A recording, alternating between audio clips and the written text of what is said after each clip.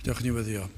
Diolch yn y Dio Dduw unwaith eto yn fraint o cael dod ger dy fron. Hyn ni'n cyflwyno'n hoedfaith o fel tyrdyn plith tywallt ysbryd anno. Hyn ni'n gofyn hyn oll trwy enw a ceiddiant ein harglwydd Iesu Grist. Amen. Croeso'n gwasanaeth ar ôl yr oedfa fe fydd na luniaeth, fydd na baned drws nesaf yn y neuadd. Fydd ni'n hoedfa nesaf pnawn Sul am hanner awr wedi 3. Ga i'ch atgoffa chi am ein cwrgweddi misol, trydydd nos Iau bob mis, ac hefyd gwasanaeth y Pasg, nos Iau cyn y Groglith, fe fydd y parchedig Martin Williams yn pregethu, ac Mawrth 21 yw'r dyddiad ym hanner awr 7 yma yn y capel, ac hefyd mis Mai, Mai yr 15, Mai 16 ein noson o Emynau. Nawr wrth i'r casgliad cael ei gymryd gen i aros ar ein heistedd i ganu emyn rhif 61. Mae Duw yn llond pob lle presennol ym mhob man. 61.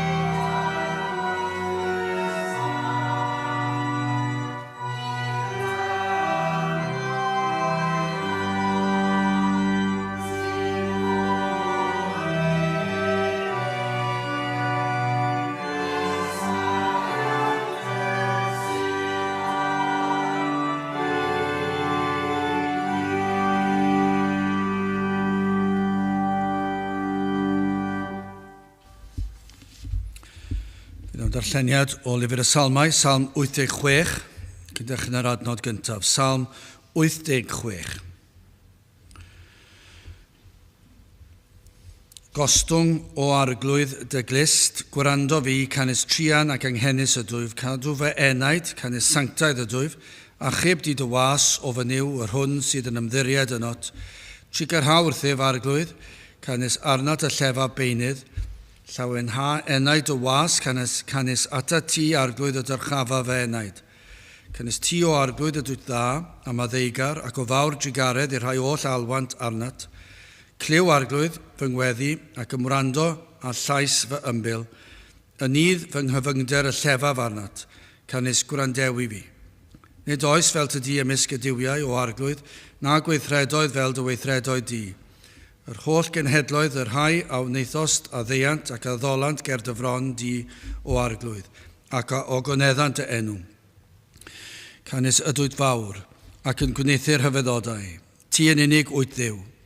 Disg i mi dy ffordd o arglwydd, mi arodiaf yn dy wirionedd, unaf yng nghalon i ofni dy enw.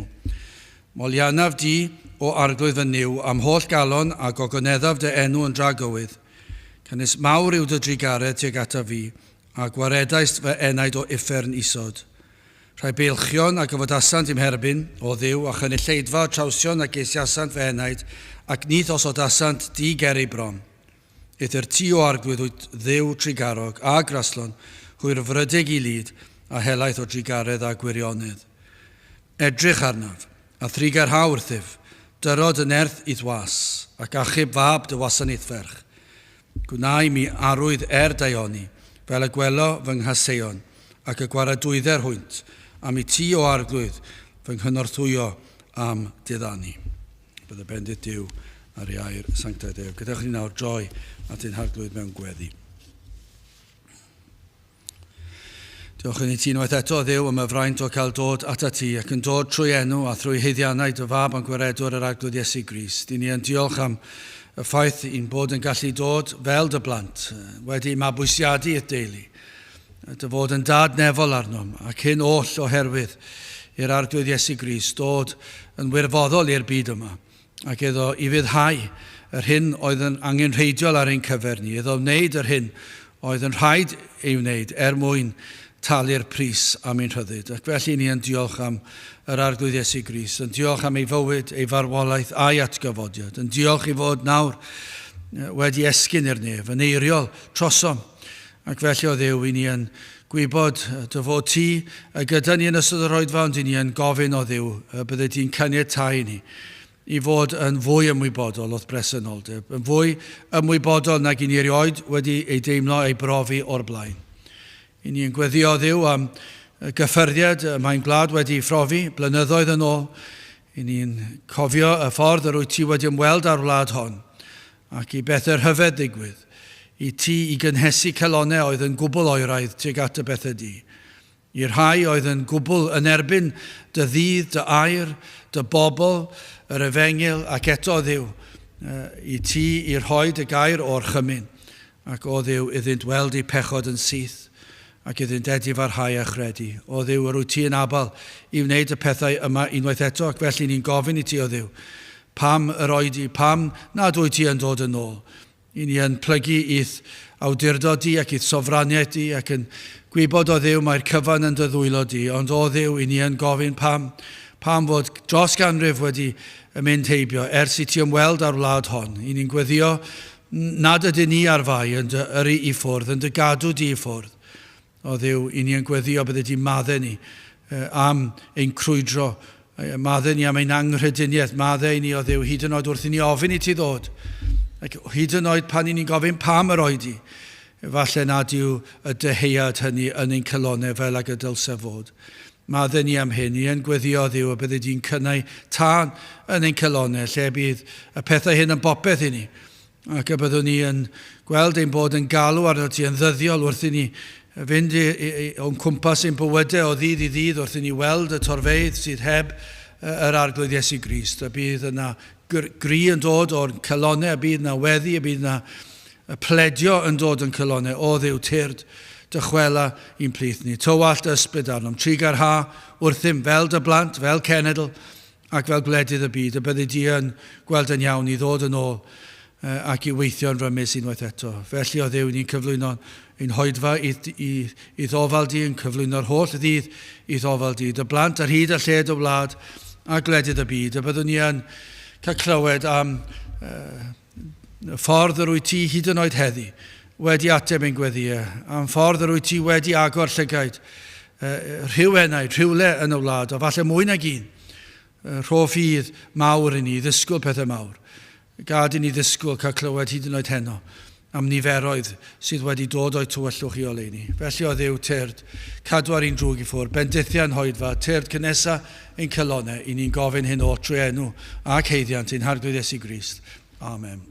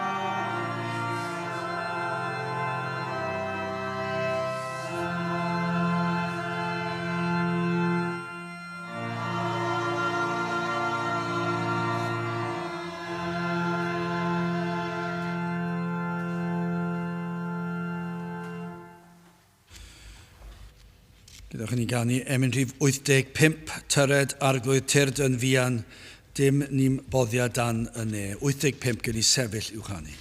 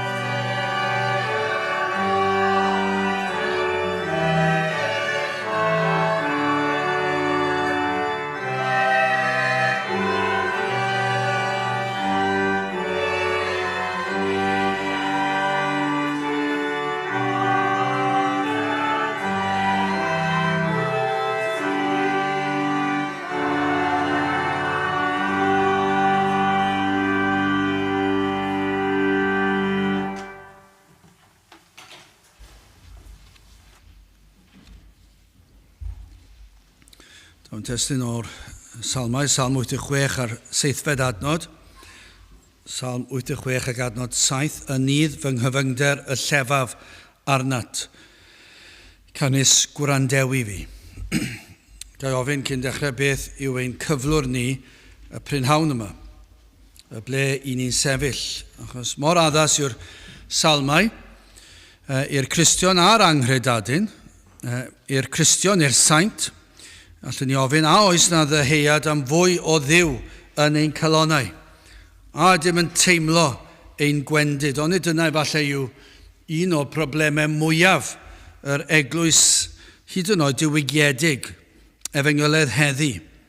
Efallai yn gwybod ac yn credu pethau yn y pen ac hyd yn y galon I raddau, wedi profi rhywbeth yn sicr yn blant i'r arglwydd ac eto, does dim awydd yna I ddysgu mwy ac I brofi mwy, does dim awydd yna i'r galon gael ei gynhesu a'i symud i'w geisio fe a'i bresenoldeb e.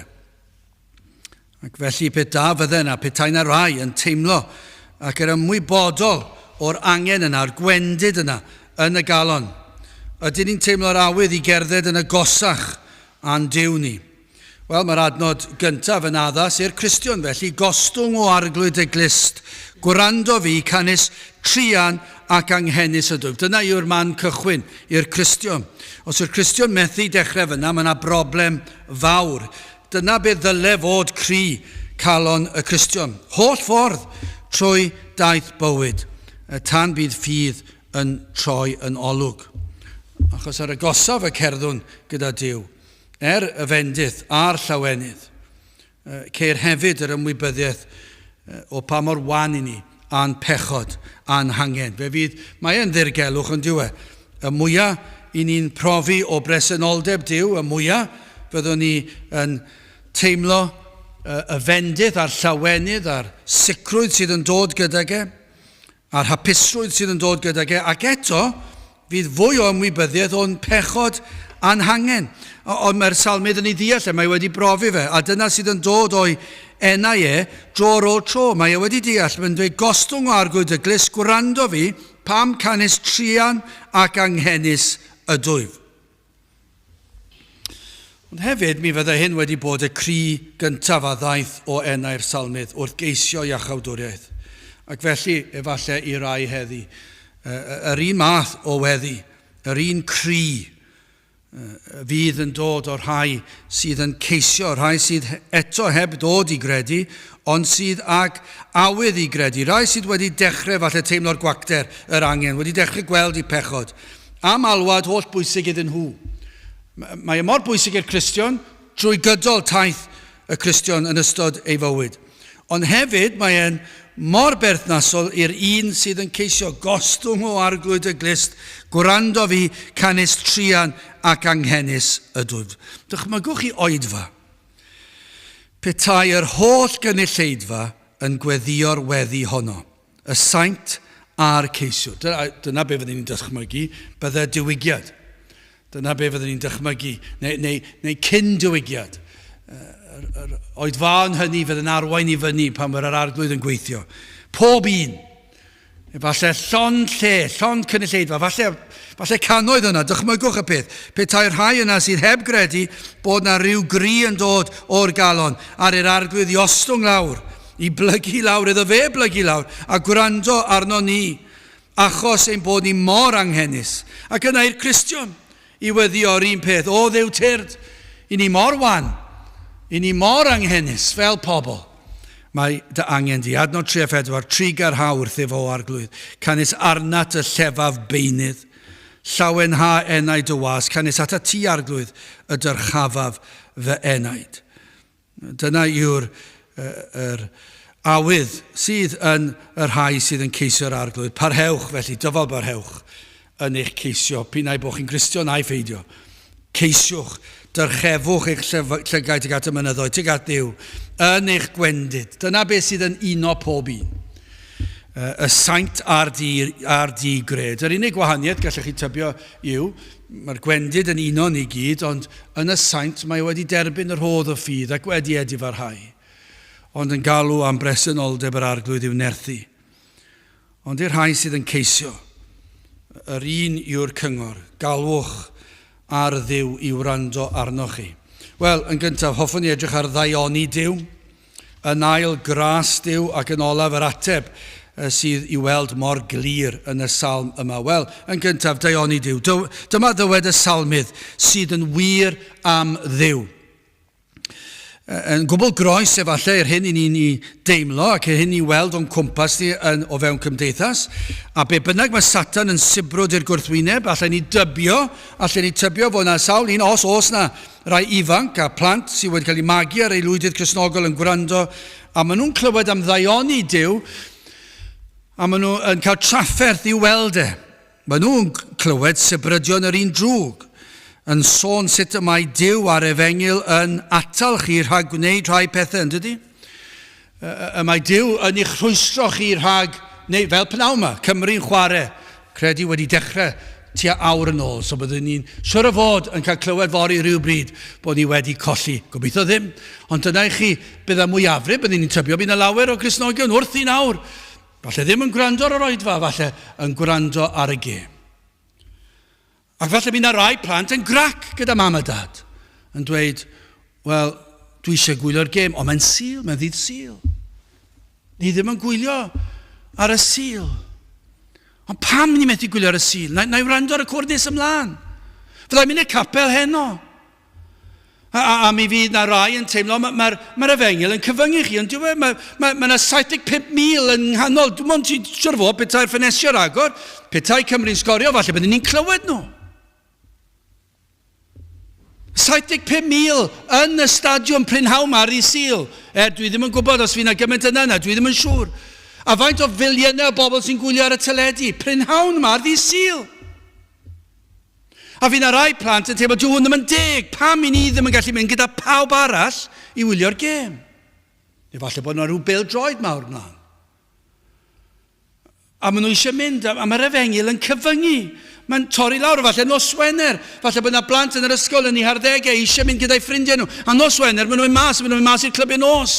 O'n i'n sôn bore yma, pan o'n i'n pregethu, bod fi wedi mynd trwy Pontypridd i'r blam. Ac wrth weld ar y dde, weles i beth oedd yn edrych yn wir yn adeilad hyll, afiach o adeilad, wedi adael i fynd yn llanast i gyd, a fi'n credu oedd yn cael dal yn cael ei ddefnyddio, achos oedd yn dweud, ar agor o 11 o'r gloch tan 4 y bore, bob nos Wener a bob nos Sadwrn. Clwb nos. Ac o'n i'n meddwl, pa fath o frynt ni fydd yn mynd mlaen pryd ni? Sawl un sy'n honni fod yn Gristnogion fydd yno. Sawl un. Cofio clywed blynyddoedd yn ôl. Blynyddoedd yn ôl yn cynnal oedfa pnawn sul i bobl ifanc a deall bod llawer ohonyn nhw yn y clybiau nos ar nos Wener a nos Sadwrn. Profesi nawr fod yn Gristnogion. Ond allai tybio fi'n rai yn dweud, mae Duw mor gyfyn, mae mor greulon, mae mor gul, mae mor anodd i ni'n cael ein hatar rhag wneud y pethau drwg, mae pethau brwnt yma. Mae pawb yn wneud mae'n iawn. Dylen ni fod yn cael di Sadwrn a di sul i fwynhau. Achos mae eisiau ymlacio arno ni. Ond nid dyna sy'n mae pobl yn siarad, ond nid dyna sy'n mae pobl Cristnogol yn siarad. Dyw'r sil ddim yn cael ei chadw gan y mwyafrif llethol o bobl sy'n honni fod yn Gristnogion unrhyw le yn y byd. Gewch chi drafferth yn America yn cael mwy nag un oedfa ar y sil. Gweddill y sil, mae e'n unrhyw beth chi moyn wneud. Unrhyw beth chi moyn wneud. Clatsiwch bant. Ewch chi Ewrop, pryn gewch chi un oedfa ar y sil, lle mae'r Efengil yn cael ei chyhoeddi. A mae'r rhain yn dweud, i chi, drwchwch arno chi, tair oedfa. Chi'n fwy gwisgo fel i chi wneud, gwisgo siwt. Chi'n fwy canu am yna, gwrando ar bregeth am 45 munud neu beth bynnag yw. Chi ddim yn mynd i ambell i le ar nos Wener, chi ddim yn mynd i le ar ddi Sadwrn. Mae'n rhaid chi fod yn ofalus pan ych chi'n trefnu fynd i lefydd. Mae'n mor gul, mae'n mor anodd, mae'n mor ddiflas. Ond nid dyna sut mae rhai pobl, hyd yn oed o fewn cyffiniau efengylaeth, hyd yn oed tybio ni. A mae clochda'r y byd yn erbyn Duw ar Efengil yn neud i Dduw i fod fel un creulon. Ac yna mae'r byd yn beio Duw am yr hyfeloedd sydd yn digwydd a daeargrynfeydd. Dyn nhw'n credu mewn Duw, ond maen nhw'n beio Duw am daeargryn. Ac am salwch, maen nhw'n beio Duw am hynny, ac maen nhw'n methu gweld daioni Duw. Ond gwrandewch ar y salmydd am ddadl sydd ganddo fe, i'ch deffro chi pam dylsech chi droi at Duw. Adnod 5, canes ti o arglwydd ydwyd dda, am a ddeigar ac o fawr drigarydd, i'r rhai oll a alwant arnat. Am ddadl i ddod yn ein gwendid, os na'r rhai sydd yn teimlo'n wan ac yn eich pechod. Am ddadl i ddod o flaen Duw holl a lluog ac atgoffa Duw am ei ddaioni. Duw, mi rwy ti'n dda. A dydw i ddim. Ond gan dy fod ti yn dda, mae yna rhyw lygedyn o oleuni ac obaith gen i. Mae yna rhyw gysur I mi, bod yna rhywun sy'n dda. Fedra I ddim ffeindio daioni unrhyw le yn y byd. Pan I chi'n ffeindio rhywbeth sydd yn ymddangos fel daioni, ac efallai bod yn rhyw weithgar o gariad neu garedigrwydd, mae yna rhywbeth, rhyw lygredd yn ei sbwylo fe drwy'r amser. Ond I ddod o hyd I daioni, gwir, pur daioni, dyma be mae'r salmydd yn dweud fan hyn.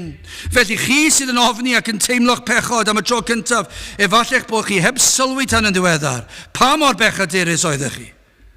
Efallai, newydd weld trwy ras Duw fod eich gore fel bratiau bydron yn iolwg ef.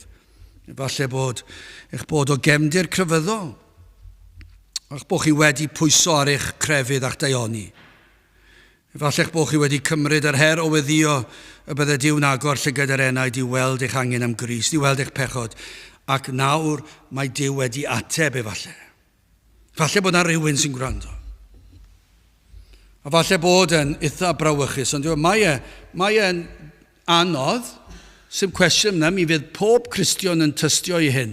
Os ydych chi'n gwrando ar dystiolaeth neu darllen am dystiolaeth unrhyw Cristion, mi fydd y cyfnod cyn dod yn Cristion yn un ysgytwol I rai fwy nag eraill, ond fe fydd yn ysgytwol, fydd yna gyfnod o ansicrwydd, ofnau, poen, euogrwydd.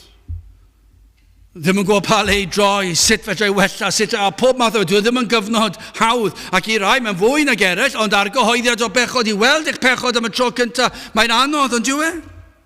Pan mae Duw yn ateb o weddi chi I weld eich pechod ac yn dangos I chi, mae'n anodd. Ac yn eich ofn, yn eich baich, eich bod yn teimlo'r euogrwydd yma, ac am ddadl I ddod ger bron Duw, nid eich heiddiant chi, ond dyna sut mae'r byd yn dod. Dyna sut chi'n cael eich dysgu I fynd I gyfweliad efallai.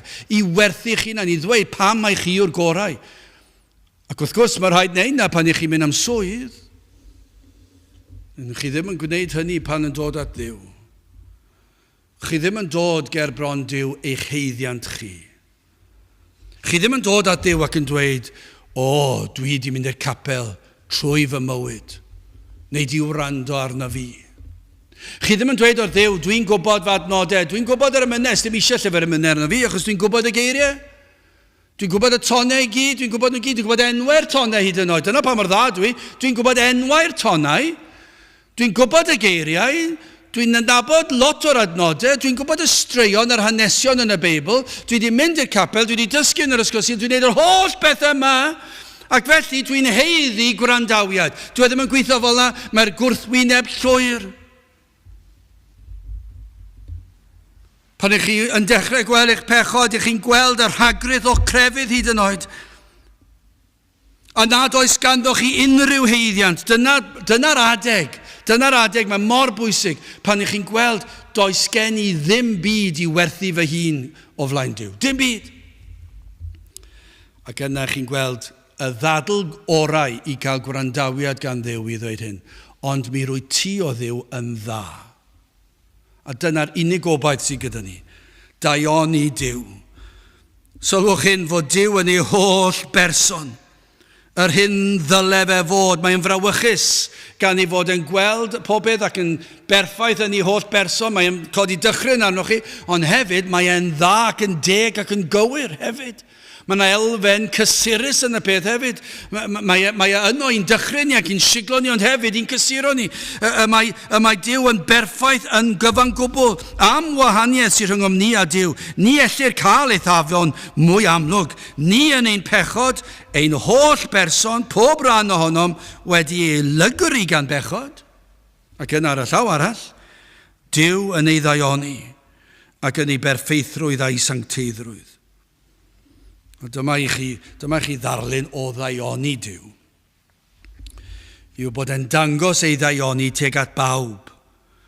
Pob un, pwy bynnag yw nhw, mewn modd cyffredinol, adnod I ni mor gyfarwydd ag I Matthew 5 adnod 45. Fel y byddwch blant i'ch tad o'r hwn sydd yn y nefoedd canis y mae fe yn peri, yw hael godi ar y drwg a'r da, ac yn glawio ar y cyfiawn a'r anghyfiawn. Ond ydyw I ni'n gallu meddwl am rhannau o'r byd lle maen nhw'n neud pethau creulon I bobl a chi'n meddwl, mae Duw yn caniatáu'r hael wenu a rheini. Ar glaw I syrthio, mae cnydau nhw'n tyfu, maen nhw'n cael bwyd, mae'r holl ddaioni metig at bawb. Anffyddwyr, Mae yna sawl anffyddiwr sydd wedi mwynhau iechyd. Rhai sydd ddim yn credu yn Duw, rhai sy'n rhyfygu, rhai sydd yn darlithio yn erbyn Duw. Ac os ewch i'w cartrefi nhw, cartrefi crand, gerddi hyfryd, llysiau ffrwyth yn tyfu falle, gwyliau braf, byth yn sal, neb o'i plant yn sal, neb o'i teulu'n sal. Popeth yn mynd yn iawn, byw yn hen, gofal wrth farw. Chi'n meddwl, wel, mae'r rhain yn anffyddwyr. Beth yw hwnna?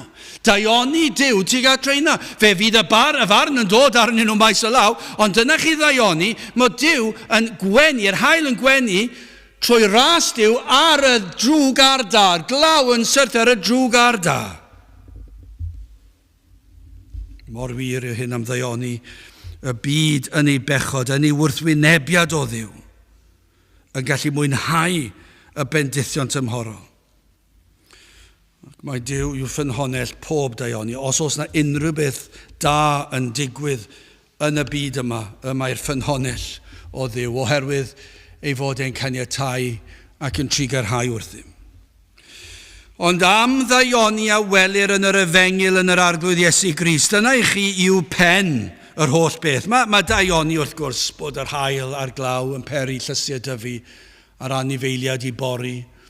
Wrth gwrs, sy'n ni'n gallu gweld y daioni hynny, ond y gwir ddarlun o daioni Duw yw yng Nghrist. Dyma yw daioni Duw tuag atom ni, y trefnwyd ffordd cyn i'r byd cael ei lunio hyd yn oed, ymhell yn ôl yn Genesis proffwydwyd, a ddawwyd y byddai Duw yn anfon un i ddinistio'r un drwg, Satan, a byddai'n gwneud hyn ar y groes mae wedi cael ei addo.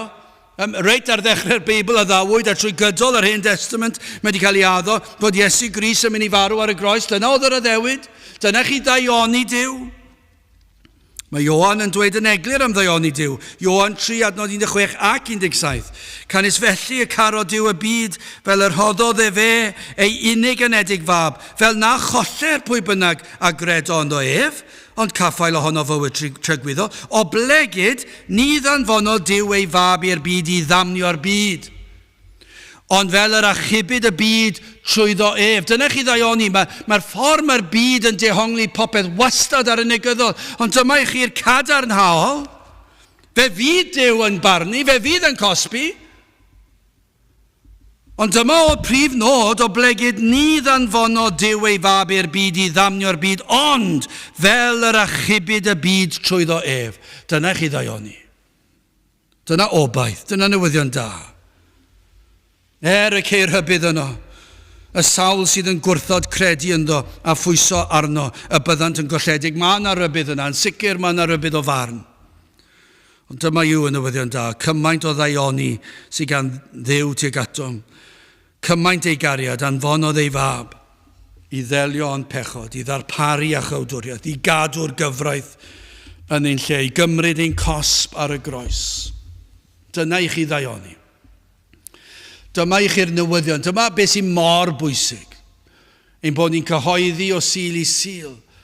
A dyw e ddim yn cymryd yn hir i'r cariad y Cristion i oeri, nag yw, dyw e ddim yn cymryd yn hir. Dyna pam sy'n rhaid i ni bregethu am hyn drwy'r amser. Dim ond rhai dyddiau fel tynnu'r glo allan o'r tân. Mae'n colli y cochnin a'r gres a'r fflamau o'r tân. Mae wedi colli fe. Drwch chi fe ar yr ochr rhywle o'r neilltu am tia hanner awr fach. Fydd yn oer llwyr siwr o fod. Dim yn gwybod faint amser yn cymryd. Ond fydd ddim yn hir. Ac yr un peth i'r Cristion. Tynnwch chi Cristion allan o glyw yr efengil. Ac o effaith yr efengil fydd yn colli mas, fydd yn colli y sel yna. Mae mor bwysig i glywed am ddaioni Duw yng Nghrist, i atgoffa ni, yn ddyddio am yr hyn mae Iesu Grist wedi wneud drosto ni, bod ni'n canu ei glodau drwy'r amser. Ond nid yna yw baich y salmydd fan hyn. Mae e am ddyrchafu ei Dduw. Pam, mae e mor dda. Mae e wedi darparu rhywbeth i rai fel ni sydd yn ei wrthod e. Wel, gadewch ni symud ymlaen. Gras Duw yn ail. Yn sicr, mae gan y pechadur le i obeithio ac i fentro gweddi fel yr adnod gyntaf, gostwng o arglwydd y glist, gwrando fi, cynnes trian ac anghennus y dwy petai Duw ddim yn dda, byddai'r adnod na ddim yn bodoli. Byddai neb yn mentro, na fydde? Oherwydd daioni Duw, i ni'n gallu gweddio hyn, a ni'n gallu dweud wrth yr ai anghennus, i ni'n gallu dweud wrth y pechaduriaid, ni'n gallu dweud wrth yr rhai sydd yn teimlo ei ogrwydd fel mynyddoedd byd. Tro at Dduw, gweddia, bydd Duw yn gwrando, achos mae'n un sydd yn gwrando, pam mae'n dda. I ofyn i Dduw yn ei holl fawredd, i ostwng ei glist, i wrando rai fel ni. Mae hwn mor wahanol ond Duw, i'r hyn sydd... hyn i'r byd, i ni'n ei weld yn y byd. Byd sydd yn llawn o bobl sydd yn gwrthod gwrando.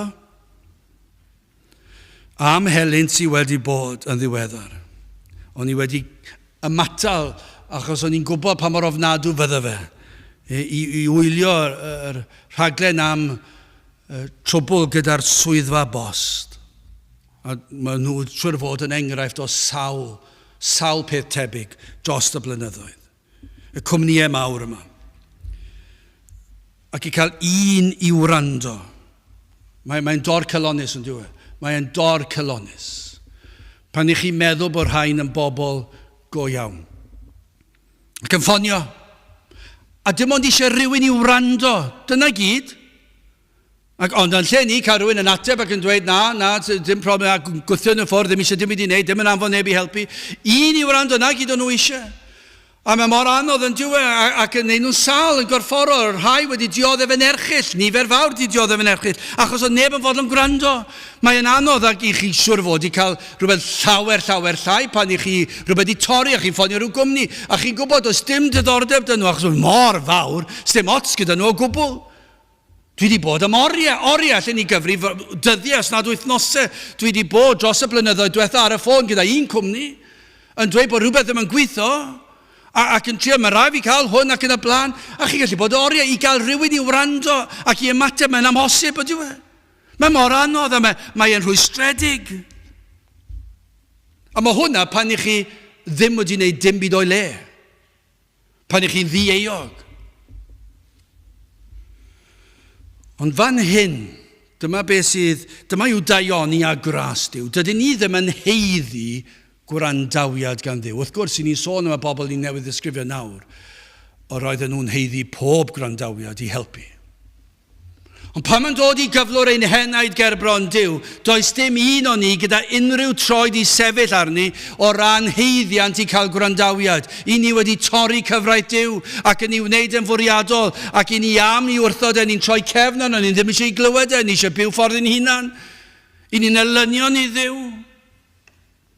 Ond dyma i chi yw gras a chariad Duw.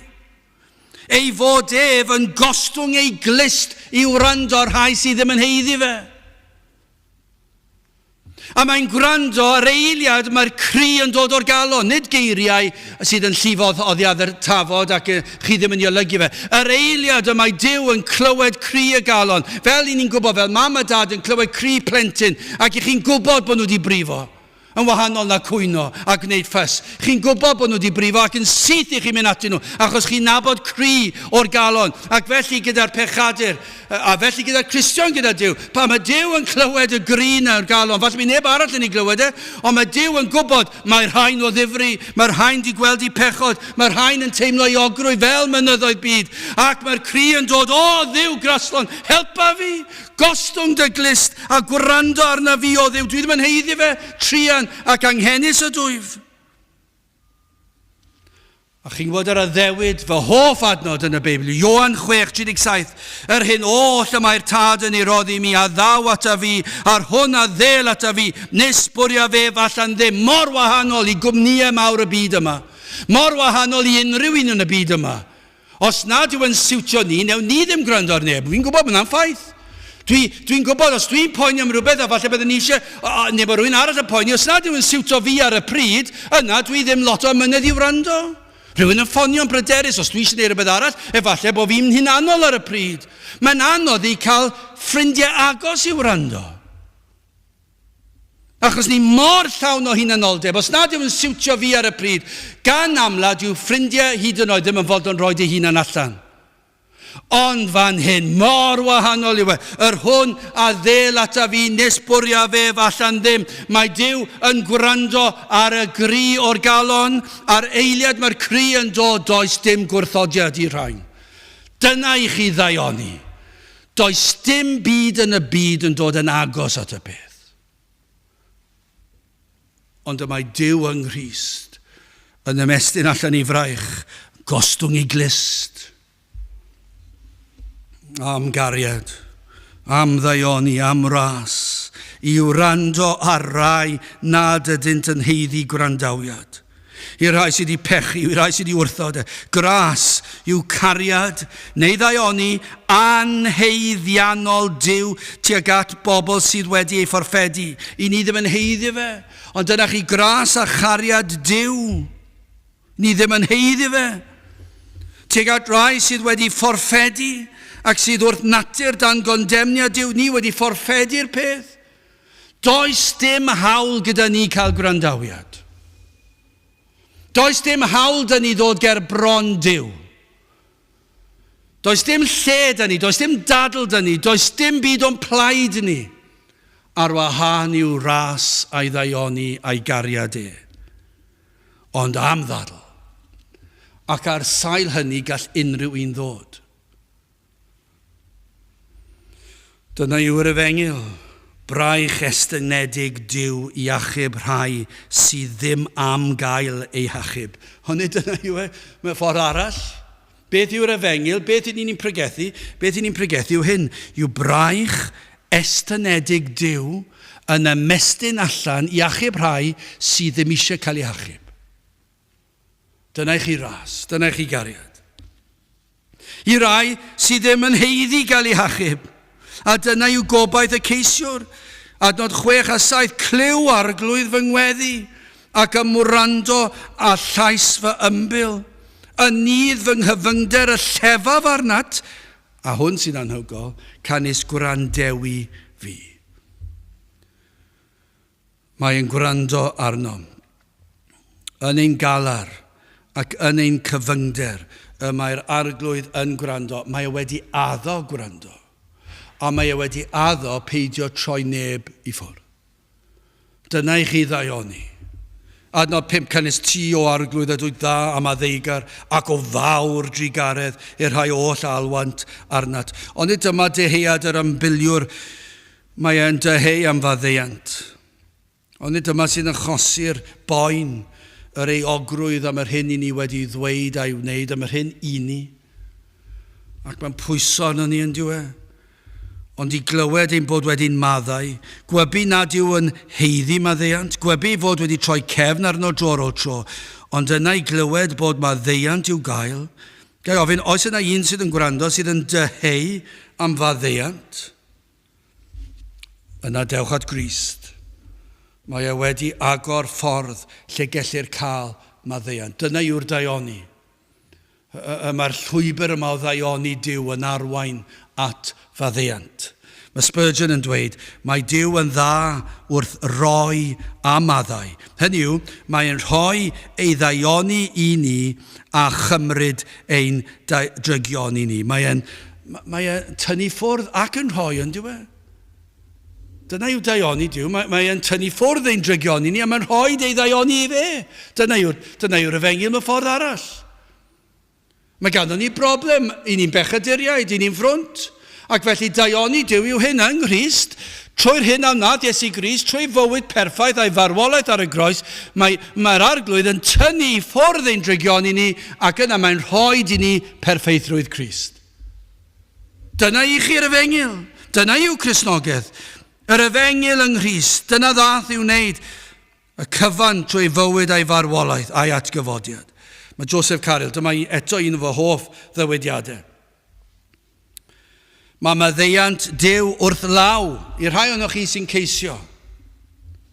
Dyma'r addewid i'r rhai ohonoch chi sy'n ceisio ac yn teimlo'r eogrwydd.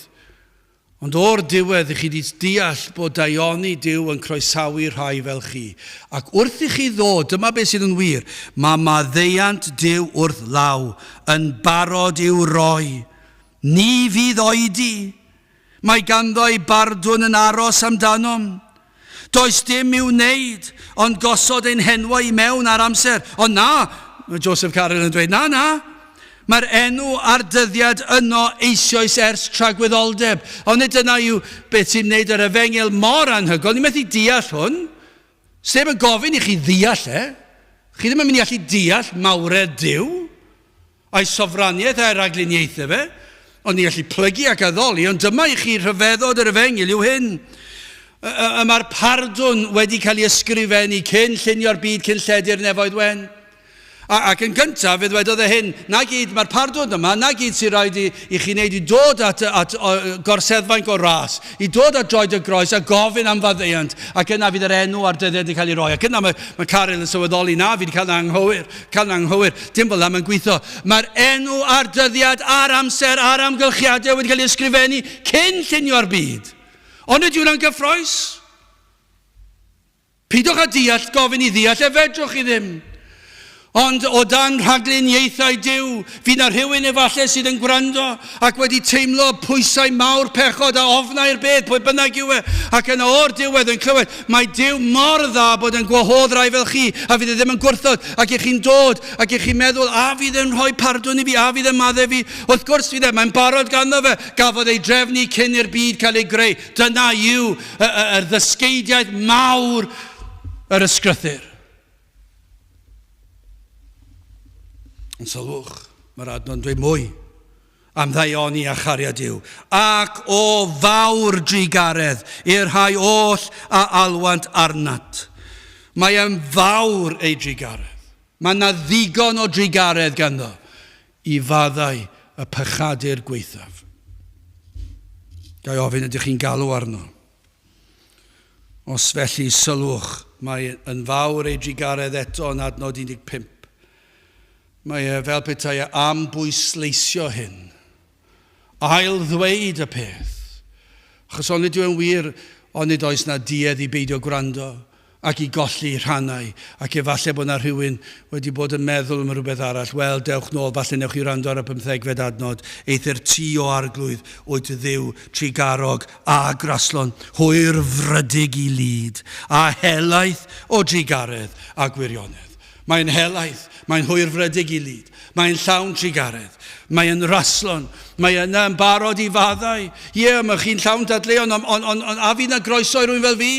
Dwi wedi bod mor hir o'i bethau fe, dwi wedi gwrthod yr efengil, falle wedi cael ei magu ar aelwyd Cristnogol, a fi wrthodes i fe, a mae 5 mlynedd di mynd ers i fi wrthod, dwi wedi bod yn y byd fel y mab y fradlon 10 mlynedd, 20 mlynedd, hanner canrif efallai, ac i chi'n teimlo, na, dwi wedi bod rhy front, dwi wedi bod rhy hir, ond sut i chi'n defnyddio'r ddadl yna, pan i chi'n dod â dadl sydd yn y Salm yma, mae Duw yn dda, ac mae e'n llawn drigaredd ac yn raslon, hwyr frydig i lyd. Felly'r alwad yw dewch ato, galwch arno, plediwch ag mae e'n mor llawn daioni. Wel, yn olaf, ac yn drydydd yr ateb. Adnod 7. Y nydd fy nghyfyngder y llefaf arnat pam, canis gwrandewi fi. Dyna'r ateb. Mae'n ateb y weddi. Mae rhaid iddo fe. Mae wedi addo. Os oes na cri yn dod o'r galon, rhaid i Dduw ateb. Does dim un ffordd arall yn bosib. Mae yn gwrando. Ond sylwch, y sawl sydd yn llefain, yr rhai sydd yn galw arno, sydd yn derbyn y fendith. I ni'n gweld hwnna. Yr 5 adnod eto, canis ti o arglwydd a dweud da maddegar, ac o fawr drigaredd i bwy. I'r rhai oll a alwant arnat. Os ych chi'n galw. Felly mae yna gyfrifoldeb yn does na? Mae yna gyfrifoldeb arnom ni. Mae yna gyfrifoldeb ar y ceisio. Pwy sy'n achub? Duw yng Nghrist. Mae'r cyfan ono fe. Fe sy'n dechrau'r gwaith. Fe sydd yn arwain i at droed y groes. Fe sydd yn maddau ni. Fe gymerodd y gos. Fe sy'n Grist ar y groes. Fe gadwodd y gyfraith. Fe sy'n neud popeth. Ond mae dal rhaid i ni ddod. Mae dal rhaid i ni edif ar rhai. Mae dal rhaid i ni gredu. Mae dal lle gan chi ond Crist sy'n achub.